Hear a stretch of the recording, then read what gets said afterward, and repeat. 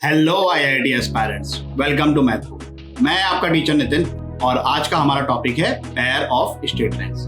कई जगह पे आपको ये एज अ सेपरेट चैप्टर भी देखने को मिलेगा, बट आई प्रिफर कि स्ट्रेट लाइन के साथ साथ ही इसको अपन पढ़ लें। तो आइए शुरू करते हैं।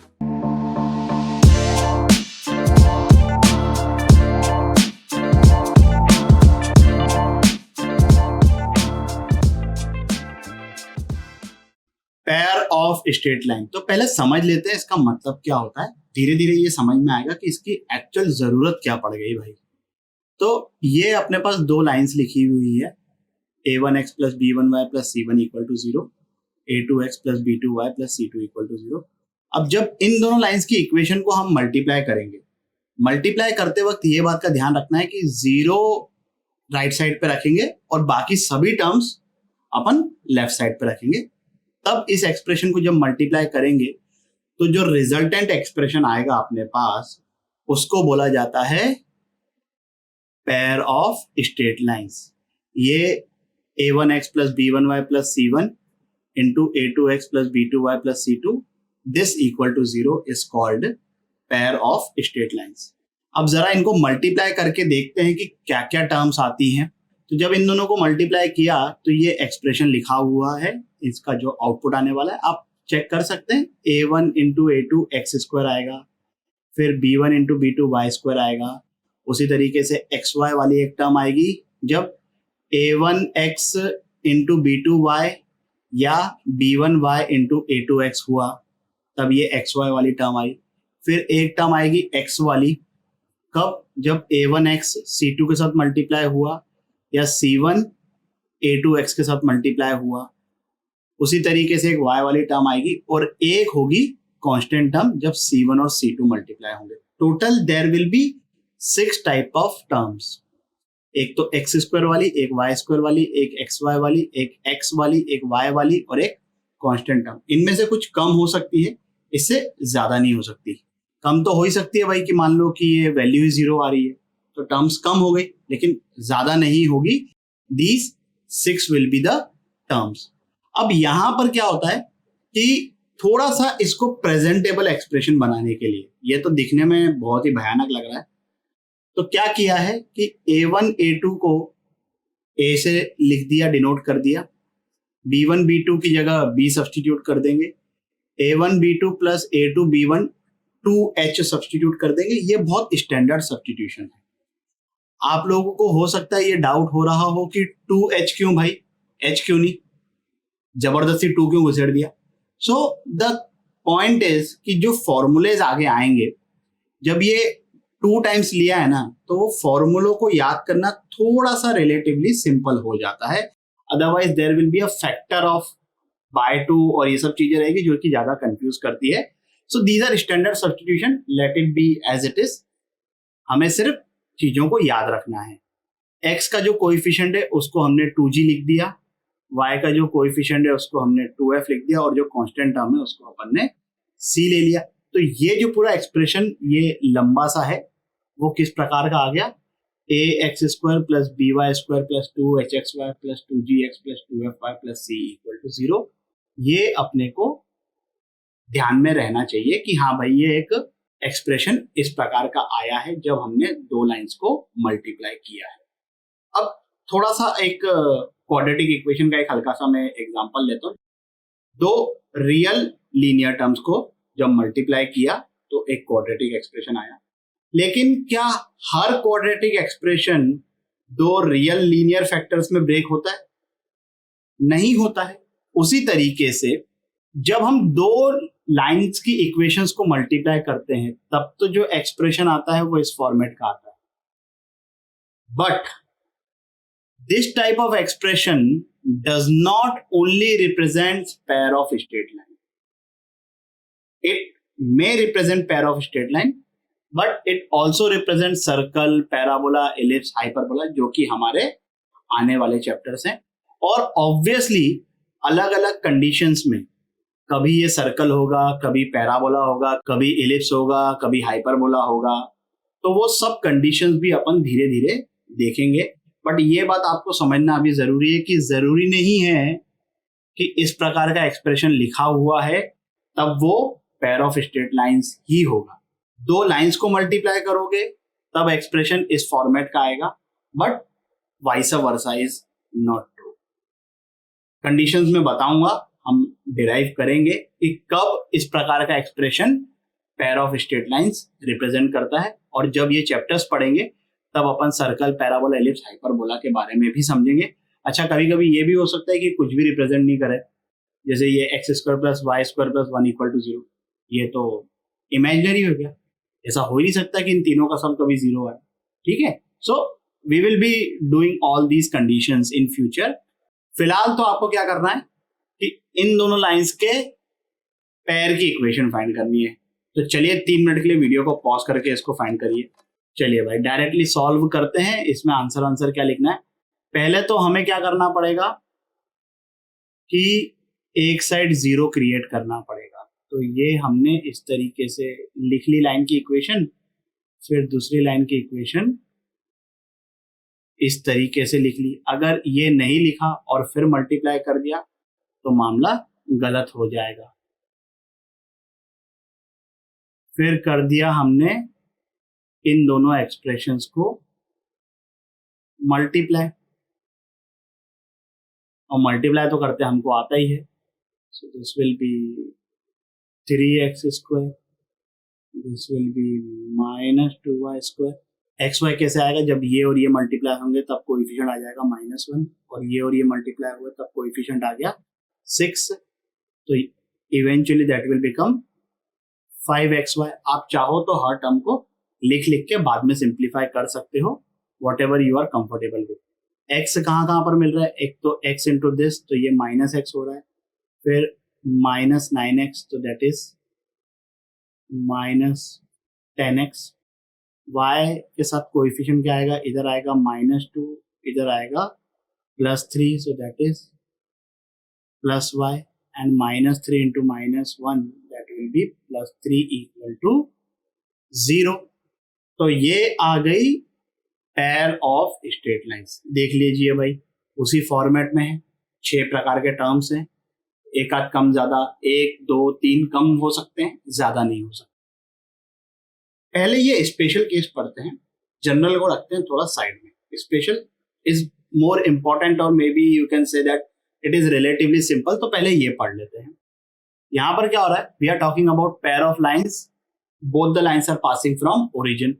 तो अपन ने ये दो लाइंस ले ली है ना। मैं a1x plus b1y equal to 0, a2x plus b2y equal to 0 भी लिख सकता था, बट वो यूजुअली हम लिखते नहीं है, यही ज्यादा कॉमनली देखने को मिलता है। तो ये दो लाइंस लिख ली जो कि ओरिजिन से पास हो रही है। फिर जब मैं इनको मल्टीप्लाई करूंगा, मल्टीप्लाई करने का तरीका वही 0 को एक साइड रख के, तो इसको लिखा मैंने m1x minus y equal to 0, इसको लिखा मैंने m2x minus y equal to 0, और फिर दोनों को मल्टीप्लाई किया।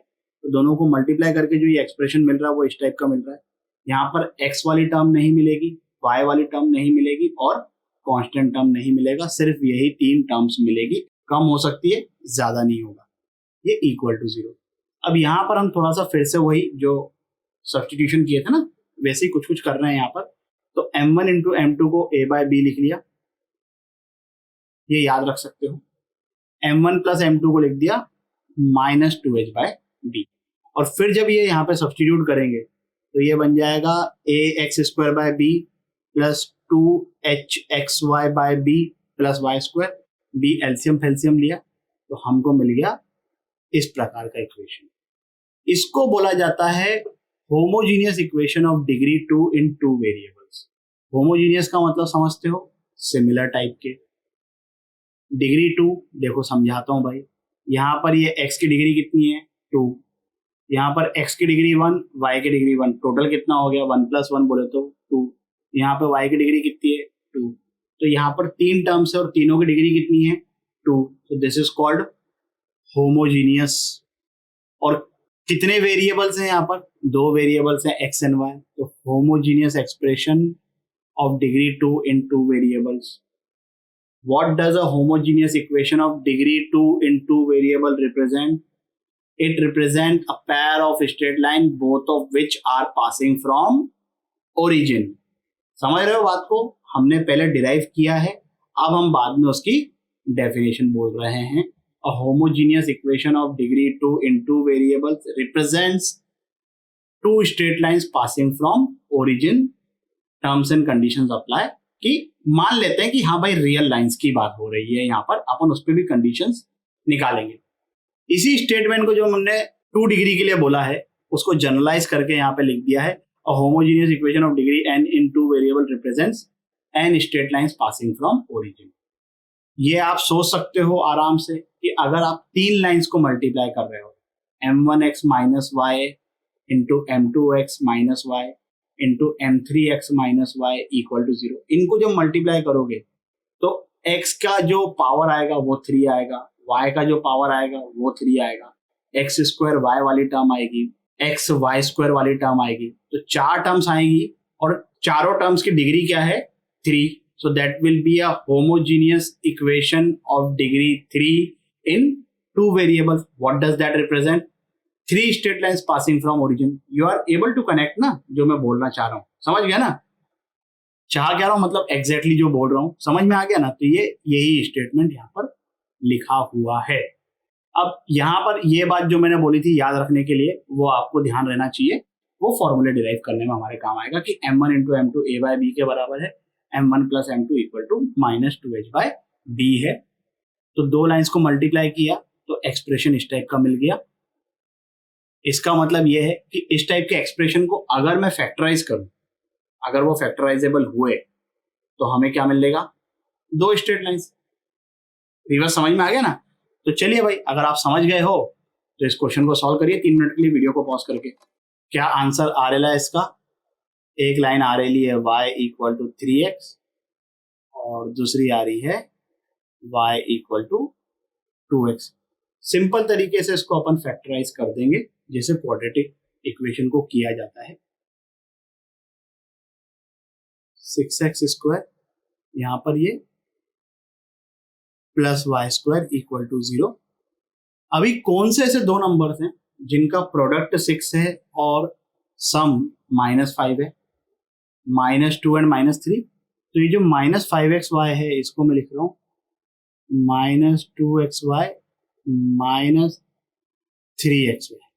इन दोनों में से आप लोगों को दिख गया कि कॉमन क्या निकल रहा है? 2x कॉमन निकला, अंदर क्या आ जाएगा 3x माइनस वाई। इसमें से कॉमन क्या निकल रहा है? इन दोनों में से -y कॉमन निकल गया तो अंदर क्या आ जाएगा 3x minus y equal to 0। तो ये फैक्टर्स क्या बन गए 3x minus y into 2x minus y. ये तो हो गया कि भाई डेटा बहुत सिंपल था तो सर अपन ने इसको फैक्टराइज कर लिया, चलो आपने करके बता दिया। मान लो कि डेटा थोड़ा कॉम्प्लिकेटेड होता तब क्या करते? लेट्स से इस पूरे एक्सप्रेशन को मैं एक्स स्क्वायर से डिवाइड कर रहा हूं तो मुझे मिल जाएगा 6 minus 5 times y by x plus y by x का होल स्क्वायर। अब y बाय एक्स को थोड़ी देर के लिए t ले लेता हूं तो ये हो गया t square minus 5t plus 6 equal to 0। अब ये तो बन गई क्वाड्रेटिक इक्वेशन, फॉर्मूला अपने को आता ही है क्वाड्रेटिक इक्वेशन का, वो लगा देंगे। फिलहाल तो मुझे ये पता है कि इसके 2 रूट्स आ रहे हैं क्योंकि ये डेटा बहुत ही सिंपल है। अगर डेटा गंदा भी होता तो अपना प्रॉब्लम तो ये था ना कि सर अगर डेटा गंदा होता तब हम लाइंस कैसे फाइंड करते। तो मैंने तुमको ये बता दिया कि लाइन को क्वाड्रेटिक में कैसे कन्वर्ट करना है। आप क्वाड्रेटिक में एक बार कन्वर्ट हो गया तो फिर डेटा कितना भी वाहियात हो निकाल लेंगे आंसर। तो t किसके बराबर है y बाय एक्स के, तो y by x equal to 2 आया, मतलब y इक्वल टू 2x, यहाँ से y इक्वल टू 3x। यही दो अपनी लाइंस थी, ये दोनों मिल गई अपने को। भावनाएं समझ में आई ना भाई? अब ये अगर पेयर ऑफ लाइंस रिप्रेजेंट कर रहा है पासिंग फ्रॉम ओरिजिन तो उन दोनों लाइंस के बीच में एंगल भी होगा। 2 लाइंस होती है हमारे पास तो उनके बीच में एंगल का फॉर्मूला क्या है? Theta equal to tan inverse mod of m1 minus m2 upon 1 plus m1 m2। हमें ये तो पता ही है कि m1 into m2 is equal to a by b and m1 plus m2 is equal to minus 2h/b। अब m1 plus m2 पता है, m1 into m2 पता है, तो m1 माइनस m2 निकाल सकते हो। a minus b the whole square is equal to a plus b the whole square minus 4ab। वहां से अपन m1 माइनस m2 निकाल लेंगे।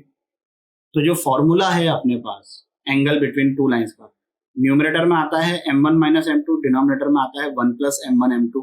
m1 m2 ऑलरेडी है ही। सब चीजों को सब्स्टिट्यूट करोगे, सिंप्लीफाई करोगे, तो ये आ गया अपना फॉर्मूला। ये हमको रखना है याद। इसलिए मैंने ये बोला था कि ये चीज को ध्यान रखना ताकि फॉर्मूला प्रूव करने में हमारे लिए आसानी हो जाए। tan inverse mod of 2 times root of h square minus a b upon a plus b. अब जाहिर सी बात है कि एंगल के बारे में बात हो रही है, तो कुछ depending upon angles there will be some results we have to understand and remember. देखो भाई, अगर ये रूट के अंदर है ना, तो अगर h square greater than a b हुआ तब तो एंगल रियल आ रहा है। इसका मतलब lines are real and distinct. अगर h square equal to a b हुआ तो थीटा 0 हो गया। अब ये जो दोनों लाइंस है, ये दोनों ओरिजिन से पास हो रही है और इनके बीच में एंगल भी 0 हो गया, तो इनको पैरेलल नहीं बोलेंगे, ये कोइंसिडेंट होगी, क्योंकि एक पॉइंट भी कॉमन है ना। अगर वो पॉइंट कॉमन नहीं होता तब तो पैरेलल बोलते हैं अपन इन जनरल। तीसरी चीज, h square is less than a b, lines are imaginary but the point of intersection is real and that will be origin. ज्यादा उसमें दिमाग लड़ाने की जरूरत नहीं है, ध्यान रखना है तो रखो, नहीं भी रखना है तो कोई बहुत बड़ी बात नहीं है। ये तो ऑब्वियस है कि ओरिजिन इसको सेटिस्फाई कर ही रहा है, भले वो इमेजिनरी एक्सप्रेशन क्यों नहीं बन जाए। जैसे ये लिख लिया मैंने, तो यहां पर चेक कर लो कि h स्क्वायर जो है इसका वो लेस देन ए बी है, तो लाइंस तो इमेजिनरी हो गई बट ओरिजिन इसको सेटिस्फाई तो कर रहा है भाई। तो यही यहाँ पे लिखा हुआ है कि लाइंस इमेजिनरी है लेकिन उनका पॉइंट ऑफ इंटरसेक्शन रियल है। ये जो एक चीज है ये ध्यान रखना है। अगला जो टॉपिक आएगा होमोजेनाइजेशन, उसमें ये बहुत ही काम की चीज है और ये वैसे भी काम की है कि अगर a प्लस बी 0 है, मतलब coefficient of x square plus coefficient of y square, ये ध्यान रखना है अपने को कि अगर वो सम इनका 0 है तो लाइंस आर परपेंडिकुलर। तो चलिए फिर आगे बढ़ते हैं। 3 मिनट के लिए वीडियो को पॉज करिए, इस क्वेश्चन का आंसर बताइए। क्या आंसर RLI? सिंपल सा क्वेश्चन है, आई एम श्योर कि सबसे हो गया होगा, फिर भी जिनसे नहीं हुआ है देख लीजिए।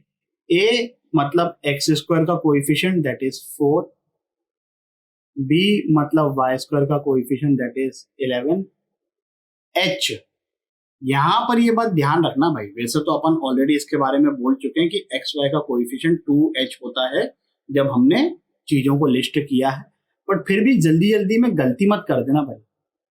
2h जो है ना that is equal to 24, h तो ऑब्वियसली 12 हो गया। Now applying formula is obviously very simple. h square मतलब 144 माइनस ए बी, तो वो हो गया 44 divided by a plus b, तो ये ऊपर आ जाएगा 20, नीचे आ गया 15, सिंप्लीफिकेशन के बाद बन गया 4/3। ये बात का ध्यान रखना कि भाई एक्स वाई का जो कोएफिशिएंट होता है वो 2h होता है, और जो हमारी जनरल इक्वेशन थी जो सबसे पहले लिखी थी उसमें x का कोएफिशिएंट 2g होता है, y का कोएफिशिएंट 2f होता है। उसके बारे में अभी अपन पढ़ते हैं, जरा थोड़ा सा इसको कंप्लीट कर लेते हैं। अब पेयर ऑफ लाइंस के बारे में बात कर रहे हैं, तो दो लाइंस के दो एंगल बाइसेक्टर होंगे। उन एंगल बाइसेक्टर्स के पेयर की इक्वेशन ये है। अपन बात कर रहे हैं अपने स्टैंडर्ड इक्वेशन इस वाली की, जो कि ओरिजिन से पास होती है, ठीक है। जनरल की बात नहीं कर रहे हैं राइट नाउ, इसकी बात कर रहे हैं। तो इससे जो दो लाइंस बन रही है, उन दोनों लाइंस के जो दो एंगल बाइसेक्टर हैं उनके पेयर की इक्वेशन ये है, x square minus y square by a minus b is equal to x y by h. अगर आपकी प्रूव करने की इच्छा है तो भाई मान लो कि ये जिनका पेयर है वो लाइंस की इक्वेशन है m1x minus y equal to 0, m2x minus y equal to 0। अब एंगल बाइसेक्टर की इक्वेशन हमको पता ही है क्या होती है, वो लिखो, एक साइड जीरो क्रिएट करो, एक बार प्लस साइन आएगा एक बार माइनस साइन आएगा, जीरो क्रिएट करो, दोनों को मल्टीप्लाई करो, मल्टीप्लाई करने का बहुत लंबा चौड़ा एक्सप्रेशन आता है, उस लंबे चौड़े एक्सप्रेशन में m1 इंटू m2 को a बाय b से रिप्लेस करो, m1 प्लस m2 को माइनस 2h बाय b से रिप्लेस करो। बहुत कुछ सिंप्लीफाई करने के बाद ये आंसर आ जाता है। बच्चों का यूजुअली इंटरेस्ट होता नहीं है प्रूफ देखने में, इसलिए मैं बता नहीं रहा हूँ, और इतना कोई जरूरी भी नहीं है। रोड मैप मैंने आप लोगों को बता दिया है, आप चाहें तो प्रूफ खुद करके देख सकते हो, बस ये ध्यान रखना है अपने को, ठीक है भाई। नहीं ध्यान रहेगा तो फिर क्या करना पड़ेगा कि यहाँ से जो लाइंस दे रखी है उनकी इक्वेशन फाइंड करनी पड़ेगी सेपरेटली, और फिर एंगल बाइसेक्टर्स की जो अपने को इक्वेशन निकालते आती है वो निकालोगे, और फिर बाद में उनको फिर से मल्टीप्लाई करोगे। And there is no point in doing such a lengthy work. तो चलिए फिर 3 मिनट के लिए वीडियो को पॉज करिए, इस क्वेश्चन को आंसर करिए। चलिए भाई, क्या आंसर आ रहा है इसका? 5x² plus 2xy minus 5y² equal to 0। I am sure सबका आंसर आ गया होगा, जिनका नहीं आया देख लीजिए। क्या इक्वेशन है? x² minus y² upon a minus b। a कितना है यहाँ पर? 3, b कितना है? 1 equal to xy upon h। 2h की वैल्यू -10, तो h की वैल्यू हो गई -5, क्रॉस मल्टीप्लाई किया तो -5x² plus 5y² equal to 2xy। चीजों को यहां ट्रांसफर कर गया तो हमारा आंसर आ गया बहुत ही इजीली। अब देखिए, सबसे स्टार्टिंग में जब हम जनरल इक्वेशन की बात कर रहे थे तो मैंने ये कहा कि अगर दो लीनियर एक्सप्रेशंस को मल्टीप्लाई करते हैं तब तो जो इक्वेशन आएगी वो इस फॉर्मेट में आएगी, but her equation of this format does not necessarily represent pair of straight line, it might represent any of these. तो अब हम बात करेंगे उस कंडीशन की कि कब ये बड़ा सा expression pair of straight line represent करे। बहुत ध्यान से देखना भाई, प्रूफ भी करेंगे इसका, और वो प्रूफ बहुत ज्यादा इंपॉर्टेंट है। मतलब प्रूफ जब इंपॉर्टेंट नहीं होता है तब तो मैं बोल देता हूँ कि ठीक है भाई चलिए, इट्स योर चॉइस, बट जब प्रूफ इंपॉर्टेंट है तो you have to understand it very properly. The general equation represents pair of straight line if the value of this determinant is equal to 0। मैं ये डिटर्मिनेंट याद करने का तरीका बताऊंगा, डोंट वरी, पहले स्टेटमेंट तो पढ़ लूं मैं। तो ये जो एक्सप्रेशन है, अगर इस डिटर्मिनेंट की वैल्यू 0 आ गई तो ये जो एक्सप्रेशन है ये रिप्रेजेंट करेगा पेयर ऑफ स्ट्रेट लाइंस, नहीं तो ये सर्कल, पैराबोला, एलिप्स, हाइपरबोला या इमेजिनरी हो सकता है। सबके बारे में अपन बाद में पढ़ेंगे धीरे धीरे। चलिए, इसको याद कैसे करना है? पहले तो ये बॉडी डायगोनल, जो ये वाली डायगोनल है, इसको बॉडी डायगोनल नहीं बोलते हैं, इसको बॉडी डायगोनल बोलते हैं। तो यहाँ पर ये ABC को लिस्ट कर दिया। अल्फाबेट्स ध्यान रखना, A क्या है? x² का कोएफिशिएंट, D क्या है? y² का कोएफिशिएंट, C क्या है? Constant term. फिर जो xy के कोएफिशिएंट का हाफ है, xy का कोएफिशिएंट क्या है? 2h, तो उसका हाफ कितना हुआ? h को यहाँ पर और यहाँ पर। उसी तरीके से x के कोएफिशिएंट के हाफ को यहाँ पर, फिर यहाँ पर, y के कोएफिशिएंट के हाफ को यहाँ पर, फिर यहाँ पर। चलिए मैं एक बार अब फिर से बताता हूँ। ये जब डिटर्मिनेंट लिखेंगे अपन 3x3 का, तो ये ABC को यहाँ पे लिस्ट कर दिया। ये वाली पोजीशन पे अपन लिखेंगे XY के कोएफिशिएंट का हाफ, यहाँ पर भी वही। ये वाली पोजीशन पे अपन लिखेंगे x के कोएफिशिएंट का हाफ, यहाँ पर भी वही। और यहाँ पर लिखेंगे अपन y के कोएफिशिएंट का हाफ, और यहाँ पर भी वही।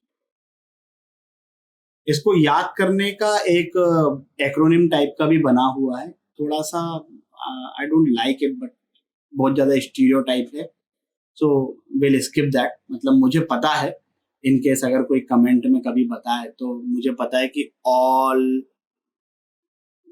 Girls etcetera etcetera, so I just don't want to use that kind of stupid things. मुझे पता है कि आप लोग इसको याद रख लोगे इस तरीके से, हम होशियार लोग हैं अपन लोग, है ना।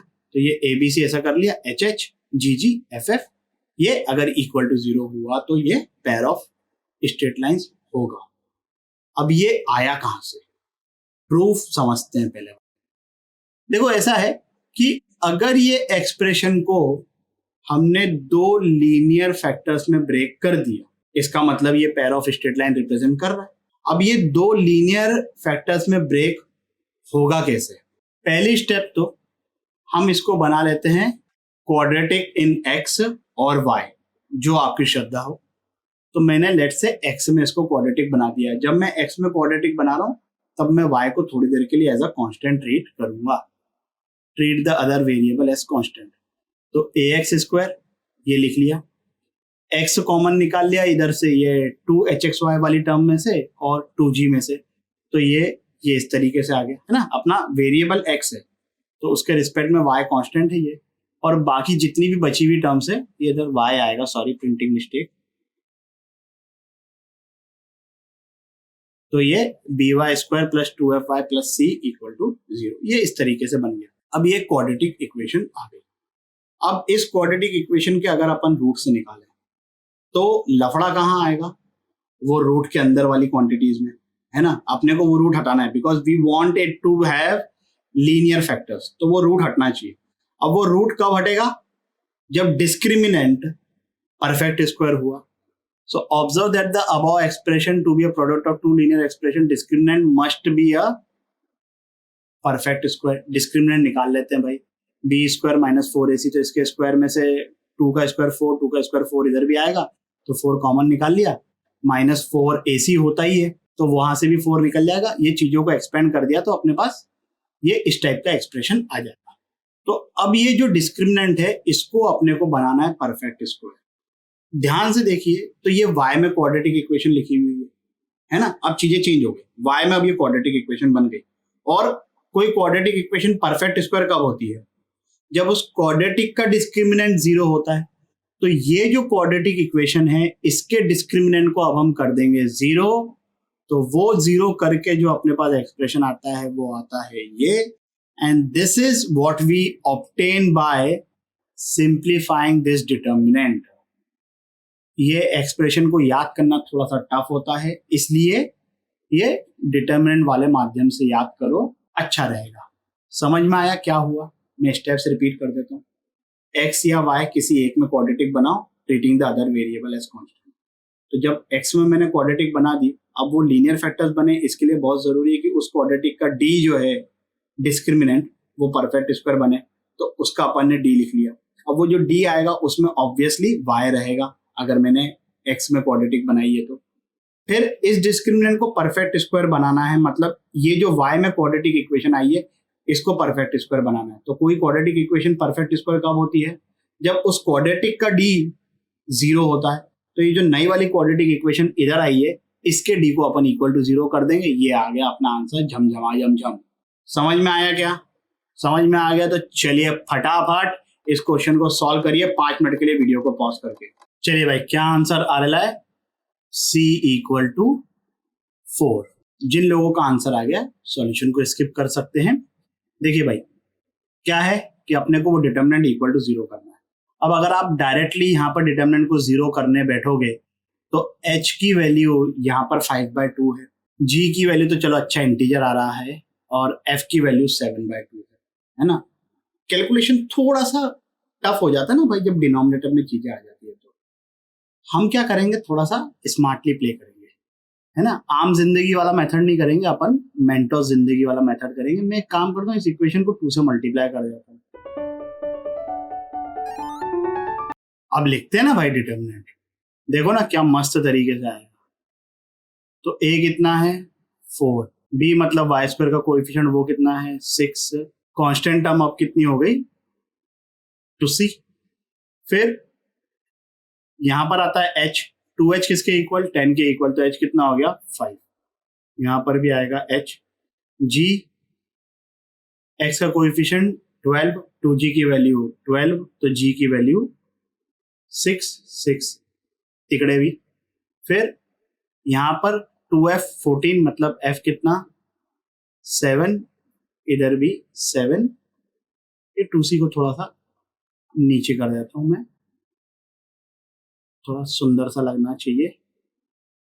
फिर ये इक्वल टू 0 कर दो। डिटर्मिनेंट आप लोगों को एक्सपेंड करते आता है, इन केस अगर नहीं आता है तो यहाँ पर ये लिंक आ रही है, मैंने बताया डिटर्मिनेंट कैसे एक्सपेंड करते हैं, वो वीडियो देख लीजिए। इसको एक्सपेंड करोगे इजीली आंसर अपना c इक्वल टू 4 आ जाएगा। बट अब आप सोच रहे होगे कि जब ये फॉर्मूला याद है ही तो वो प्रूफ क्यों ध्यान रखें। रुको जरा, सबर करो। ये करो भाई, अब इसको कैसे फाइंड करोगे, ये तो समझ में आ गया था कि c इक्वल टू 4 के लिए ये एक्सप्रेशन रिप्रेजेंट कर रहा है pair of straight line. Now I have given you this question where you have to tell me कि वो कौन सी दो लाइन्स है। चलिए फिर 10 मिनट के लिए वीडियो को पॉज करिए और इस क्वेश्चन को सॉल्व करिए। चलिए भाई, क्या आंसर आ रहा है, x plus y plus 1 equal to 0 and 2x plus 3y plus 4 equal to 0। जिन लोगों का आंसर आ गया सॉल्यूशन को स्किप कर दीजिए, जिन लोगों का नहीं आया देख लीजिए। हम x में या y में क्वाड्रेटिक बना सकते हैं। प्रूफ करते टाइम मैंने x में क्वाड्रेटिक बनाई थी, इस बार मैं y में क्वाड्रेटिक बनाता हूं। तो ये 3y स्क्वायर, इसमें से y कॉमन निकालूंगा, इसमें से y कॉमन निकालूंगा, अंदर क्या बचेगा 5x plus 7 e into y plus बाकी की सब चीजें एज अ कांस्टेंट बच जाएगी। तो ये 6x प्लस 4 इक्वल टू 0। अब हम लगाएंगे क्वाड्रेटिक के रूट्स का फॉर्मूला। तो y equal to minus B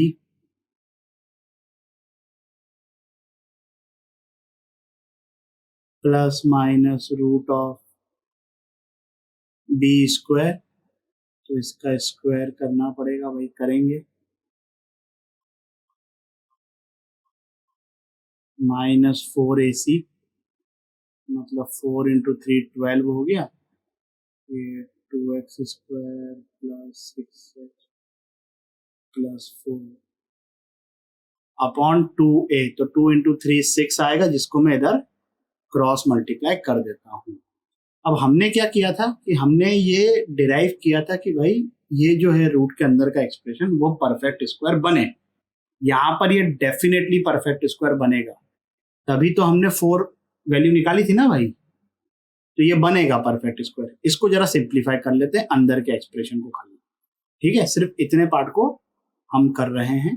so this is 25x square plus 49 plus 70x minus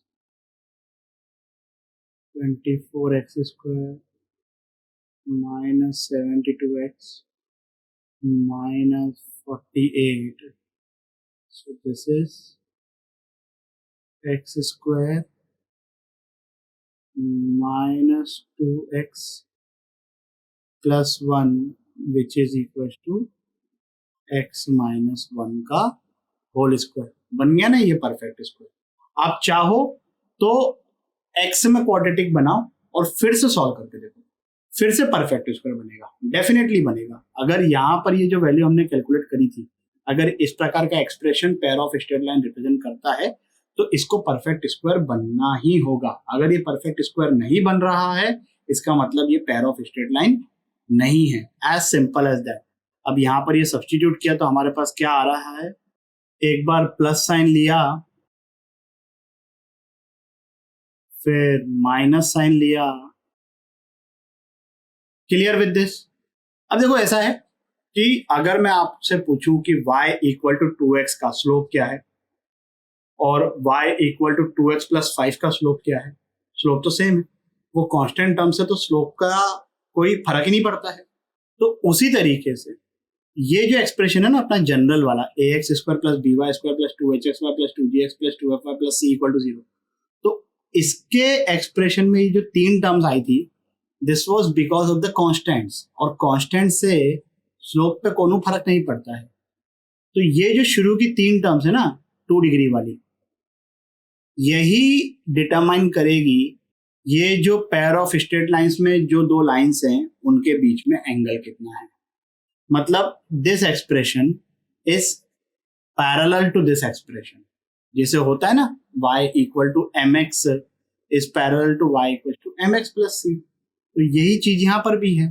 अब इन दोनों लाइंस के बीच में एंगल का फॉर्मूला क्या है, ये है, तो इन दोनों लाइंस के बीच में भी एंगल का फॉर्मूला क्या होगा, यही होगा, ये तो ना चेंज होगा। बस यहाँ भाई थोड़ा सा डिफरेंस ये आ गया कि अब जब h square equal to a b है तो हमने तब क्या बोला था, लाइंस कोइंसिडेंट है, क्योंकि दोनों ही लाइंस ओरिजिन से पास कर रही थी। अब हमको सिर्फ ये पता है कि इन दोनों लाइंस के बीच में एंगल जो है वो 0 है, मतलब लाइंस पैरेलल है। कॉमन पॉइंट हुआ तो बात अलग है, नहीं है तो फिर ठीक है, कोई दिक्कत नहीं है। In general they will be parallel, rest all the things are as it is. a plus b equal to 0 पर लाइंस परपेंडिकुलर होगी, ये अपने को ध्यान रखना है। चलिए फिर एक बहुत ही इंटरेस्टिंग चीज मैं आप लोगों को बताता हूं। तो अब ये जो पेयर दे रखा है, इनमें जो वो दो लाइंस हैं उनका पॉइंट ऑफ इंटरसेक्शन अगर हमको फाइंड करना है directly without actually finding the lines, lines find कर ली तब तो पॉइंट ऑफ इंटरसेक्शन निकालना कौन सी बड़ी बात है। बिना उसके फाइंड करने का ये एक तरीका है, मैं समझा देता हूं क्या होता है। ये एक्सप्रेशन को मैंने इस तरीके से लिख लिया, कैपिटल एफ एक्स वाई का फंक्शन हो गया क्योंकि दोनों ही हैं इसमें एक्स एंड वाई। तो एक बार इसको पार्शियली डिफरेंशिएट करेंगे एक्स के रिस्पेक्ट में। पार्शियली डिफरेंशिएट करने का मतलब समझते हो, जब मैं पार्शियली डिफरेंशिएट कर रहा हूं, अगर डिफरेंशिएशन आता है तो, नहीं आता है इसके बाद का वीडियो स्किप करो, डोंट वरी अबाउट दैट। अगर आता है डिफरेंशिएट करते, तो पार्शियली डिफरेंशिएट करने का मतलब ये होता है कि जब मैं एक्स के रिस्पेक्ट में डिफरेंशिएट कर रहा हूं तब मैं वाई को कांस्टेंट ट्रीट करूंगा। जैसे फॉर एग्जांपल ये कोई, और इसको मैं एक्स के रिस्पेक्ट में डिफरेंशिएट कर रहा हूं पार्शियली, तो इसका डिफरेंशिएशन तो हो जाएगा 2, और पार्शियली इसको डिफरेंशिएट करने का मतलब इसका डिफरेंशिएशन हो जाएगा 3y। ये y को मैं एज अ कांस्टेंट ट्रीट करूंगा विद रिस्पेक्ट टू x। ये होता है पार्शियली डिफरेंशिएट करने का मतलब।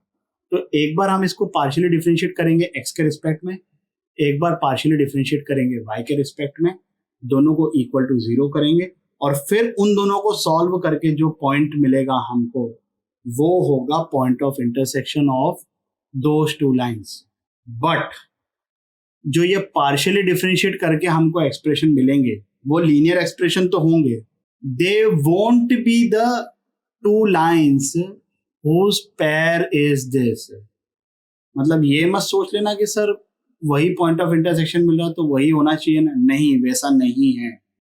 जैसे इस क्वेश्चन में ये दो लाइंस है ना, तो इस एक्सप्रेशन को अगर मैं पार्शियली डिफरेंशिएट करूंगा एक्स के रिस्पेक्ट में और वाई के रिस्पेक्ट में, तो मुझे ये दो एक्सप्रेशन नहीं मिलेंगे। हाँ, पॉइंट ऑफ इंटरसेक्शन जो इन दोनों का है वही उन दोनों का भी पॉइंट ऑफ इंटरसेक्शन होगा। और ऐसा क्यों होता है, I am giving you this as a homework. सोचो, ट्राई करो, डेटा लो, एनालाइज करके देखो। नहीं होता है कोई दिक्कत वाली बात नहीं है। मेरे नेक्स्ट वाले वीडियो में जब हम होमोजेनाइजेशन पढ़ेंगे तब सबसे पहले मैं आप लोगों को ये एक्सप्लेन करूंगा। तब तक के आप लोगों के पास टाइम है, सोच के देखो, इट्स ए इंटरेस्टिंग थिंग। तो इस क्वेश्चन को सॉल्व करिए 5 मिनट के लिए वीडियो को पॉज करके। क्या आंसर आ रहा है? 1, -2। देखिए ये आंसर तो आपको इन दोनों लाइंस को सॉल्व करके भी मिल जाता। 1, -2 इन दोनों का पॉइंट ऑफ इंटरसेक्शन है, दिख रहा है, बट मैं बताऊंगा पार्शियल डिफरेंशिएशन से। तो इनकेस अगर पार्शियल डिफरेंशिएशन नहीं भी आता है तो अभी क्लियर हो जाएगा। चलिए भाई, तो इस एक्सप्रेशन को पहले मैं पार्शियली डिफरेंशिएट करता हूं विद रिस्पेक्ट टू एक्स। तो इसका डिफरेंशिएशन हो गया 4x, इसका डिफरेंशिएशन हो जाएगा 5y, इसका डिफरेंशिएशन हो गया 0, इसका डिफरेंशिएशन हो गया 6, फिर 0, और कांस्टेंट का डिफरेंशिएशन 0 होगा ही। तो ये आ गया अपने पास 4x plus 5y plus 6 equal to 0।